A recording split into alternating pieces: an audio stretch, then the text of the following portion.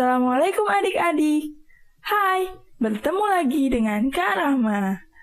Bagaimana nih kabarnya hari ini? Semoga kita semua selalu diberi kesehatan ya, dan selalu dalam lindungan Allah Subhanahu wa Ta'ala. Amin. Kakak juga mau ingetin nih, jangan lupa kita juga harus tetap patuhi protokol kesehatan ya. Harus selalu memakai masker ketika keluar rumah.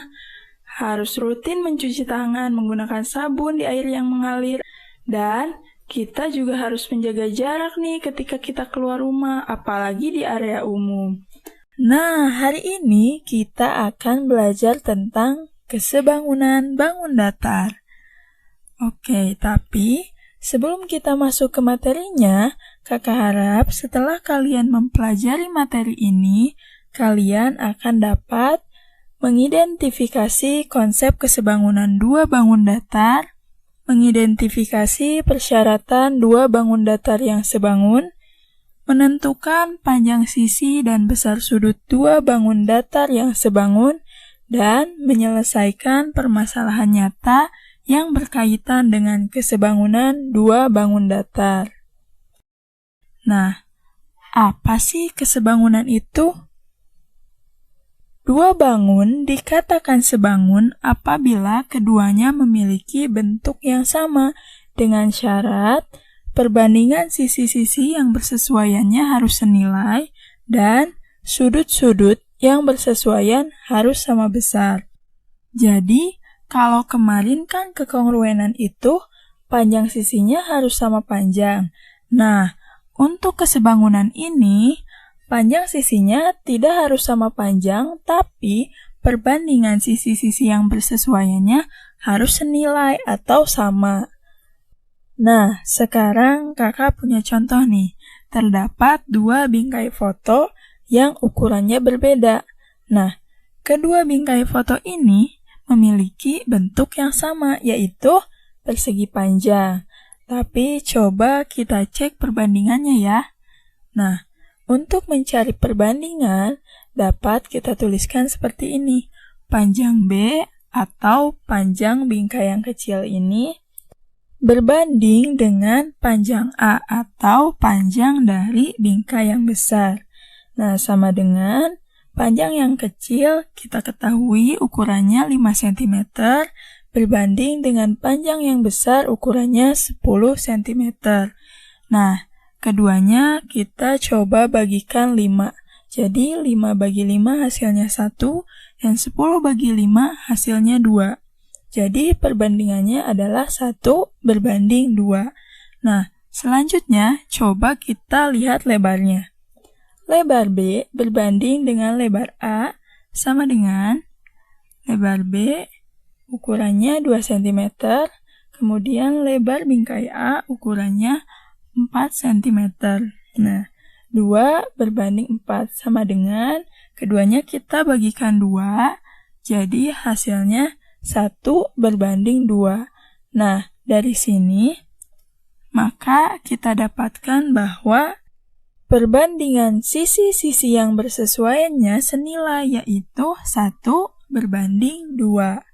Nah, kemudian untuk sudutnya, karena dua bingkai ini berbentuk persegi panjang, maka sudah pasti bahwa setiap titik sudutnya besarnya sama, yaitu 90 derajat. Nah, jadi sudut-sudut dari bingkai A dan bingkai B bersesuaian. Sehingga bingkai A dan bingkai B sebangun atau dapat kita simbolkan seperti ini. A sebangun dengan B. Nah, selanjutnya, bagaimana jika seperti ini? Apakah bingkai A dan bingkai B sebangun? Oke, kita coba cek. Dari bentuknya, bentuk kedua bingkai ini sama, yaitu persegi panjang. Namun, coba kita periksa perbandingannya. Untuk panjang B atau panjang bingkai yang kecil, yaitu 8 cm, berbanding dengan panjang A atau panjang bingkai yang besar, yaitu 12 cm. Nah, Ini keduanya kita coba bagikan 4. 8 dibagi 4 hasilnya 2. 12 dibagi 4 hasilnya 3. Nah, jadi perbandingannya 2 berbanding 3 untuk panjangnya. Selanjutnya, kita coba cek lebarnya. Lebar B berbanding dengan lebar A. Lebar B atau lebar bingkai yang kecil yaitu 6 cm. Dan untuk lebar A atau lebar bingkai yang besar yaitu 8 cm. Nah, keduanya kita coba bagikan 2. 6 dibagi 2 hasilnya 3. 8 dibagi 2 hasilnya 4. Nah, dari sini terlihat bahwa perbandingan sisi-sisi yang bersesuaian dari dua bingkai ini berbeda. Maka, bingkai A dan bingkai B tidak sebangun atau dapat kita simbolkan seperti ini. A tidak sebangun dengan B. Selanjutnya, apa saja sih syarat dari kesebangunan bangun datar itu? Nah, tadi sudah kakak sampaikan bahwa dua bangun dikatakan sebangun apabila perbandingan sisi-sisi yang bersesuaiannya senilai dan sudut-sudut yang bersesuaiannya sama besar. Oke, sekarang jika kakak punya bangun seperti ini, coba tentukan perbandingan sisi yang bersesuaiannya dan sudut yang bersesuaiannya apa saja. Oke, di sini karena dari bangunnya sudah terlihat jelas apa saja sisi-sisi yang bersesuaiannya, yaitu sisi AB berbanding dengan sisi LK. Nah, supaya tidak bingung menentukannya, kita lihat sudutnya di sini. Nah, ini kan sudutnya kotak hitam, ini juga kotak hitam. Jadi, dimulainya AB dengan LK. Nah, selanjutnya, coba kita lihat sisi BC. Coba sisi BC berbanding dengan yang mana? Nah, sisi BC, karena di sini B sudutnya bulat putih, maka di sini juga kita mulai dari sudut bulat putih yaitu sisi KN. Nah, lalu untuk sisi CD. Sisi CD berbanding dengan sisi NM. Nah, yang terakhir sisi DA berbanding dengan sisi ML. Nah, jadi perbandingan sisi-sisi yang bersesuaiannya AB berbanding LK sama dengan BC berbanding KN sama dengan CD berbanding NM sama dengan DA berbanding ML.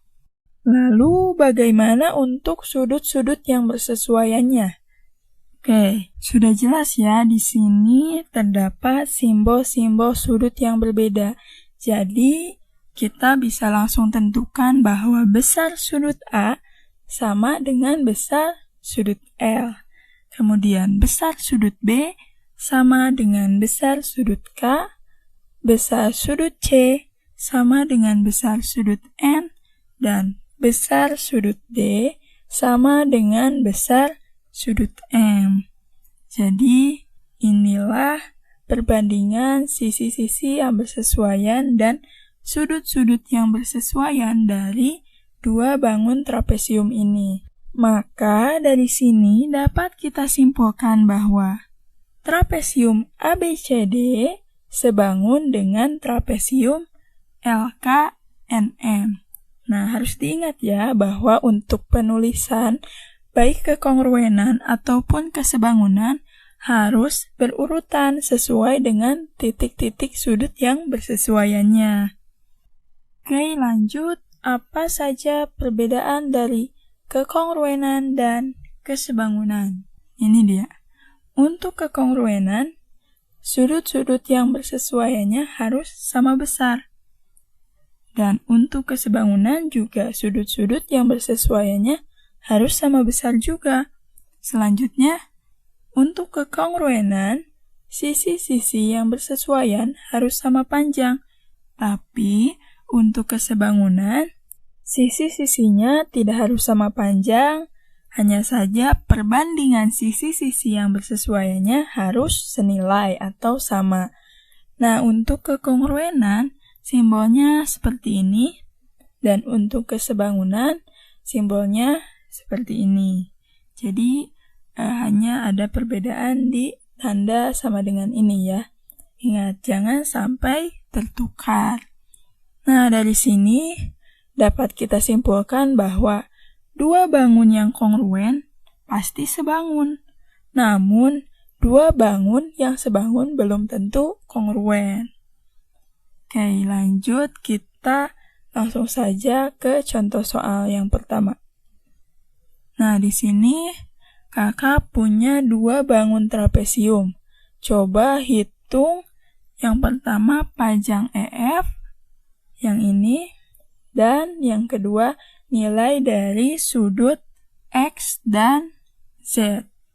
Oke, langsung saja kita ke solusinya.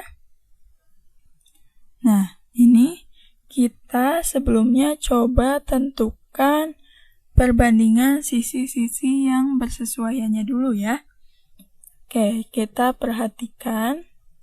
Nah, untuk lebih mudah karena di sini sudah jelas ada simbol dari setiap sudutnya, maka dapat kita tentukan sisi-sisinya, yaitu yang pertama sisi EF. Nah, ini berbanding dengan sisi AB. Nah, sudah jelas ya, di sini ada dua sudut siku. Kemudian, sisi FG berbanding dengan sisi BC. Nah, yang ini. Lalu, untuk sisi GH berbanding dengan sisi CD. Nah, yang terakhir, sisi HE berbanding dengan sisi DA. Maka, untuk mencari panjang EF, yaitu kita ambil dari kedua perbandingan ini saja ya. Nah, EF berbanding AB sama dengan FG berbanding BC. Nah, lalu untuk AB panjangnya di sini sudah diketahui 20 cm. Kemudian untuk FG panjangnya 28 cm. Dan untuk BC panjangnya 35 cm.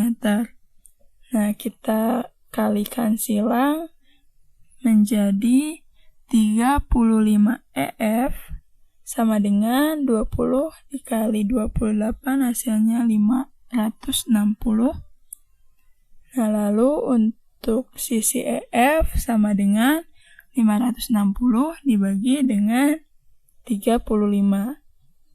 Hasilnya EF sama dengan 16 cm. Jadi, panjang sisi EF yaitu 16 cm. Nah, lanjut kita ke soal yang B. Coba kita tentukan sudut-sudut yang bersesuaiannya dulu. Nah, di sini pertama kita coba tentukan sudut F bersesuaian dengan sudut B. Nah, kita lihat di sini ya, supaya lebih mudah. Di gambarnya ini, bahwa sudut F diapit oleh sudut siku dan sudut yang lancip seperti ini. Jadi, kita lihat di bangun yang kedua, yang diapit oleh sudut siku dan sudut lancip, yaitu sudut B. Nah, nilainya sudah pasti bahwa sudut siku pasti 90 derajat. Selanjutnya untuk sudut G. Nah, sudut G diapit oleh sudut siku dan sudut yang tumpul seperti ini. Jadi, di bangun yang kedua ini, sudut G bersesuaian dengan sudut C. Nah, ini besarnya belum kita ketahui ya, nanti karena ini yang akan kita cari. Selanjutnya untuk sudut H. Sudut H di sini diapit oleh sudut lancip dan sudut siku. Nah, jadi di sini juga bisa kita tentukan bahwa sudut H berbanding dengan sudut T. Nah, yang ini ya, sama-sama sudut tumpul, yaitu besarnya 127 derajat. Terakhir, sudut E. Di sini sudut E diapit oleh sudut yang tumpul dan sudut siku. Jadi di sini sudut E berbanding dengan sudut A, yaitu besarnya 90 derajat. Karena keduanya merupakan sudut siku ya. Maka dari sini bisa kita tentukan, kita coba tentukan dari X derajat dulu ya. Nah, X derajat sama dengan, karena di sini bentuknya merupakan segi 4, maka untuk total besar sudutnya yaitu 360 derajat. Nah, X derajat sama dengan 360 derajat dikurangi dengan sudut E yang ini, dikurangi dengan sudut F, dikurangi lagi dengan sudut H yang ini. Nah, sama dengan X derajat 360 derajat dikurangi sudut E besarnya 90 derajat, kemudian dikurangi sudut F 90 derajat juga, dikurangi dengan sudut H yaitu 127 derajat. Totalnya X derajat sama dengan 360 kurangi 180 kurangi 127. Hasilnya X derajat sama dengan 53 derajat. Nah, di sini sudah kita dapatkan untuk besar dari sudut G atau nilai dari X derajat. Nah, karena tadi sudah kita dapatkan bahwa sudut G sama dengan sudut C, maka nilai Z derajat sama dengan nilai X derajat, yaitu 53 derajat. Oke, nah sudah kita dapat ya. Untuk panjang EF-nya 16 cm dan untuk nilai sudut X derajat dan Z derajat adalah 53 derajat. Oke, kita lanjut ke contoh soal yang kedua.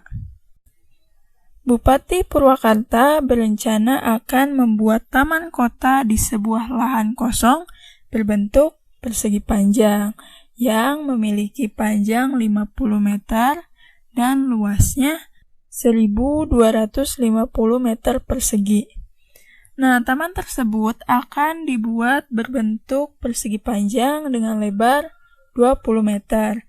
Kemudian, di sekeliling taman akan dibuat jogging track untuk pengunjung yang ingin berolahraga. Jika lahan dan taman sebangun, tentukan luas sisa lahan yang dapat dijadikan jogging track. Oke, kita langsung saja ke solusi penyelesaiannya ya. Nah, jika kita gambarkan, maka sketsa dari taman dan jogging track tersebut seperti ini ya. Ini untuk tamannya dan ini untuk lahan kosongnya atau luas sisa yang akan kita jadikan jogging track. Nah, sekarang supaya lebih mudah kita beri simbol untuk panjang dan lebar dari kedua persegi panjang ini. Misal kita simbolkan untuk panjang lahan itu A dan untuk lebar lahan itu B. Lalu untuk tamannya kita simbolkan untuk panjangnya X dan untuk lebarnya Y. Nah, selanjutnya tadi kan di soal sudah dapat kita ketahui panjang lahannya atau A sama dengan 50 meter. Kemudian untuk luas lahannya kita coba simbolkan LL saja ya. Sama dengan 1250 meter persegi. Dan untuk lebar tamannya atau Y sama dengan 20 meter. Yang ditanyakan adalah luas sisanya atau kita simbolkan saja LS. Nah, oke. Karena lahan dan taman sebangun, maka untuk perbandingannya kita dapat tuliskan seperti ini. Panjang taman berbanding dengan panjang lahan sama dengan lebar taman berbanding dengan lebar lahan. Atau kita tuliskan untuk lebih simpelnya sesuai dengan yang kita simbolkan tadi. X per A atau X berbanding A sama dengan Y berbanding B. Nah, karena lebar lahan dan panjang taman belum diketahui, maka kita dapat mencari terlebih dahulu untuk lebar lahannya. Coba kita tentukan untuk tadi sudah diketahui bahwa luas lahan yaitu 1250 meter persegi. Nah, karena ini bentuknya persegi panjang, jadi dapat kita tentukan untuk luas sama dengan panjang kali lebar atau A dikali dengan B. Lalu luasnya tadi 1250 sama dengan A-nya 50 meter dan B-nya yang akan kita cari. Nah, 1250 dibagi dengan 50. Nah, ini kita pindah ruaskan ya. Sama dengan B. Nah, jadi untuk B-nya bisa kita dapat 1250 dibagi 50 hasilnya 25 meter. Jadi untuk lebar lahannya yaitu 25 meter. Selanjutnya untuk panjang tamannya dapat kita tentukan dengan menggunakan perbandingan dari kesebangunan tadi, yaitu X per A sama dengan Y per B. Nah, untuk X-nya atau panjang tamannya ini yang akan kita cari. Selanjutnya untuk A-nya atau panjang lahan, tadi sudah diketahui panjangnya 50 meter, sama dengan untuk Y-nya atau lebar tamannya yaitu 20 meter, dan untuk B-nya atau lebar lahannya yaitu 25 meter. Jadi kita kalikan silang, maka 25 dikali X sama dengan 50 dikali 20 hasilnya 1000. Nah, jadi bisa kita dapat X sama dengan 1000 dibagi dengan 25. Ini kita pindah ruaskan.